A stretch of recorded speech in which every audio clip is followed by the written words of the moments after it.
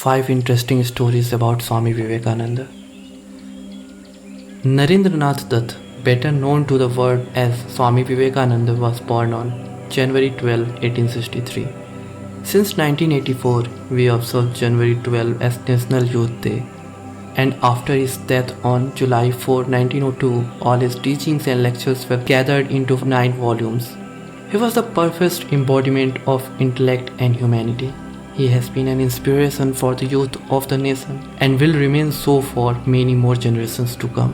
There are several anecdotes about the legendary man and his life, and while the authenticity of those stories can't be verified for various reasons, these stories are inspiring nevertheless. As a student, these will inspire you. First story, well read. Swami Vivekananda was a voracious reader. While he stayed in Chicago, he used to go to the library and borrow large volumes of books and return them to the librarian in a day's time. The frustrated librarian then asked Swami Vivekananda why he borrowed books when he doesn't want to read them. She was all the more annoyed when he said he finished reading all those books. She said she would take a test and selected a random page from the book and asked him to tell what was written there. Without even a glance at the book, he repeated the lines exactly as they were written.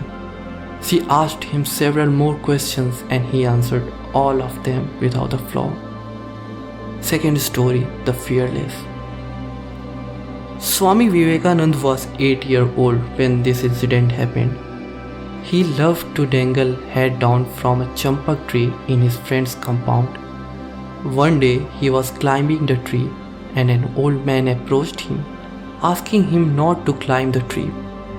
The old man was probably scared that Swami could fall and break his limbs or was just being protective about the champakat flowers. When the kid questioned him why, the old man told him that there was a ghost living on the tree and it would hurt him and break his neck if he climbed the tree again. Swami nodded and the old man walked away. The not so convinced 8-year-old climbed the tree again. All of his friends were scared and asked him why he was doing it despite knowing that he would be hurt. He laughed and said, "What a silly fellow you are. Don't you believe everything just because someone tells you? If the old grandfather's story was true, then my neck would have been broken long ago." Now that's exceptional common sense for an 8-year-old, isn't it? Third story, he was incredibly compassionate. Swami Vivekananda represented India and Hinduism in the Parliament of World Religion in Chicago, and before going abroad, he was tested by his mother on whether he had the right to preach Hinduism. After delicious supper, both of them sat down to eat some fruits. Swami cut the fruit, ate it, and after that his mother asked him for the knife. He handed over the knife to his mother and she was more than pleased. She said, "You have passed the test and you are now eligible to preach the word." A confused Swami questioned her what was she talking about. His mother replied, "Son, when I asked for the knife, I saw how you handled it to me. You gave the knife by holding its sharp edge and kept the wooden handle of knife towards me, so that I would not get hurt when I take it, and this means you took care of me, and this was your test in which you passed."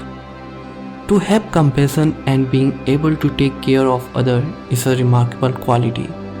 It is the law of the nature that the more selfless you are, the most you will receive, and so did Swami Vivekananda. Fourth story, The Wit.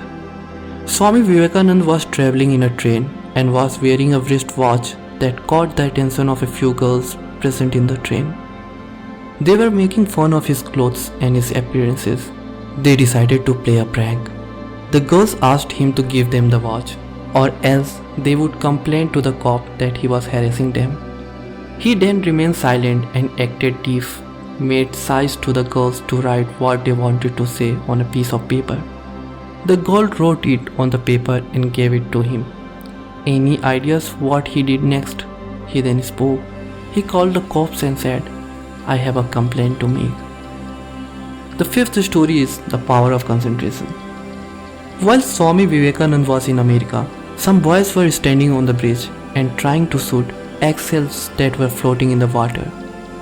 They failed almost at every try. Vivekananda, who was watching them from a distance, went close to them, took the gun and fired 12 times, and every time he fired, he hit the eggshell.